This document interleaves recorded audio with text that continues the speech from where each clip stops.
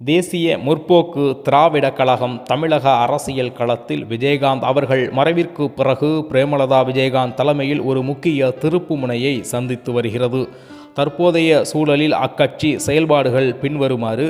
கூட்டணி அரசியல் 20 ஆண்டுகளுக்கு பிறகு முதன்முறையாக 2026 சட்டமன்ற தேர்தலில் திமுக தலைமையிலான கூட்டணியில் இணைந்து தேமுதிக போட்டியிடுகிறது.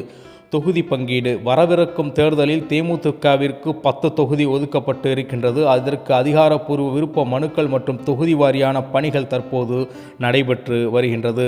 தலைமை மாற்றம். விஜயகாந்த் இல்லாத முதல் பொது தேர்தலை சந்திக்கும் தேமுதிக பிரேமலதா விஜயகாந்தின் தலைமையில் தனது வாக்கு வங்கியை தக்க வைக்கவும் கட்சியை வலுப்படுத்தவும் தீவிரமாக செயல்பட்டு வருகின்றார்கள். ஊழலற்ற நேர்மையான ஆட்சி, கல்வி தரத்தை உயர்த்துதல், அனைத்து மாவட்டங்களிலும் தொழிற்சாலைகளை அமைத்தல் மற்றும் அடிப்படை தேவைகளான உணவு, உடை, இருப்பிடத்தை அனைவருக்கும் உறுதி செய்தல் ஆகியவற்றை தனது அடிப்படை கொள்கையாக கொண்டிருக்கின்றது தேசிய முற்போக்கு திராவிட கழகம். தற்போது 2026 சட்டமன்ற தேர்தலில் மையமாக வைத்து மாவட்ட வாரியாக நிர்வாகிகளை ஒருங்கிணைப்பதிலும் கூட்டணி கட்சிகளுடன் இணைந்து தேர்தலை பிரச்சாரத்தை திட்டங்களை வகுப்பதிலும் தேமுதிக கவனம் செலுத்தி வருகின்றது. 2026 சட்டமன்ற தேர்தலை முன்னிட்டு தேமுதிக தலைமை தனது தொண்டர்கள் மற்றும் நிர்வாகிகளுக்கு களப்பணிகளை தீவிரப்படுத்தி கீழ்கண்ட உத்தரவுகளை பிறப்பித்திருக்கின்றது. முதலில் தேர்தல் பிரச்சார துவக்கம். பொதுச் செயலாளர் பிரேமலதா விஜயகாந்த் ஏப்ரல் 1, 2026 அன்று சென்னையில் உள்ள சாலிகிராமத்தில் விஜயகாந்த் நினைவிடத்தில் மரியாதையை செலுத்திவிட்டு தனது பிரச்சாரத்தை பயணத்தை துவங்கி இருக்கின்றது. வாக்குச்சாவடி முகவர்கள். ஒவ்வொரு வாக்குச்சாவடியிலும் வலுவான முகவர்களை நியமிக்கவும் வாக்காளர்கள் பட்டியலை சரிபார்க்கவும் தலைமை அறிவித்திருக்கின்றது. திமுக தலைமையிலான கூட்டணியில் தேமுதிக இணைந்துள்ளதால் அடிமட்ட அளவில் திமுக மற்றும் பிற கூட்டணி கட்சி தொண்டர்களுடன் இணைந்து தேர்தல் பணிகளை மேற்கொள்ளுமாறு அறிவுறுத்தப்பட்டுள்ளனர்.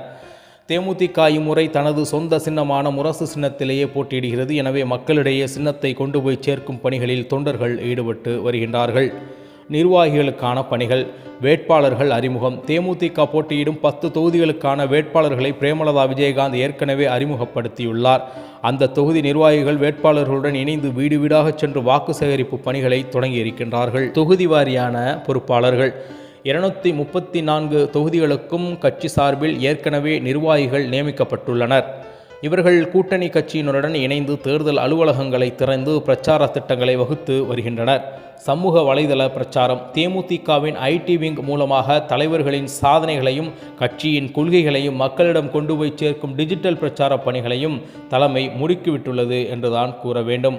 2026 சட்டமன்ற தேர்தலில் தேமுதிக வெற்றி வாய்ப்புகள் மற்றும் சாதகமான அம்சங்கள் பின்வருமாறு. வலுவான கூட்டணி பலம். ஆளுங்கட்சி திமுக தலைமையிலான கூட்டணியில் தேமுதிக இணைந்திருப்பது அதன் மிகப்பெரிய சாதகமாகும். பல்வேறு கருத்து கணிப்பு. திமுக கூட்டணி 170க்கும் மேற்பட்ட இடங்களில் வெற்றி பெற்று மீண்டும் ஆட்சி அமைக்க வாய்ப்புள்ளதாக தெரிவிக்கின்றன. இந்த அலையில் தேமுதிக போட்டியிடும் 10 தொகுதிகளில் எளிதாக வெற்றி பெற வாய்ப்பு அதிகமாக இருக்கின்றது. விஜயகாந்த் அவர்களின் செல்வாக்கு. தேமுதிக நிறுவனர் விஜயகாந்த் அவர்களுக்கு மறைவிற்கு பிறகு நடைபெறும் முதல் சட்டமன்ற தேர்தல் என்பதால் அவர் மீதான மக்களின் அனுதாபமும் அன்பும் வாக்குகளாக மாற அதிக வாய்ப்புகள் உள்ளது. குறிப்பாக பழைய கேப்டன் விசுவாசிகள் மற்றும் தொண்டர்களிடையே ஒரு புதிய எழுச்சி காணப்படுகிறது.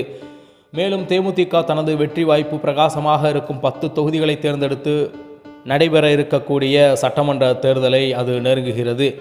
விருத்தாசலம், விருதுநகர் போன்ற தொகுதிகளில் அக்கட்சிக்கு ஏற்கனவே வலுவான வாக்கு வங்கிகள் உள்ளது என்பது குறிப்பிடத்தக்கது. இளைஞர்கள் அணி மற்றும் புதிய தலைமை. பிரேமலதா விஜயகாந்த் நேரடி தலைமையுடன் விஜய பிரபாகரன் இளைஞரணி செயலாளராக பொறுப்பேற்று தீவிர பிரச்சாரத்தில் ஈடுபட்டு வருவதாக இளைஞர்களின் கவனத்தை அவர் ஈர்த்திருக்கின்றார். அதிமுக மற்றும் பாஜக கூட்டணிக்கு எதிராக சிறுபான்மையினர் மற்றும் குறிப்பிட்ட சமூகங்களின் வாக்குகள் திமுக கூட்டணியில் ஒருங்கிணைவது தேமுதிக வேட்பாளர்களுக்கு சாதகமாக அமையும் என பகுப்பாய்வு தெரிவிக்கின்றன.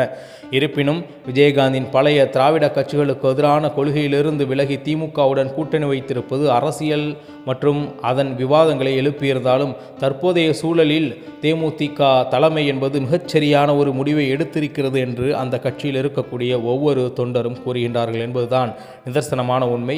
மெயின் அரசியல் காணொலியில் உங்களை சந்திக்கின்றேன். அதுவரை உங்களிடமிருந்து விடைபெறுவது உங்கள் தமிழா செய்திகள். நன்றி, வணக்கம்.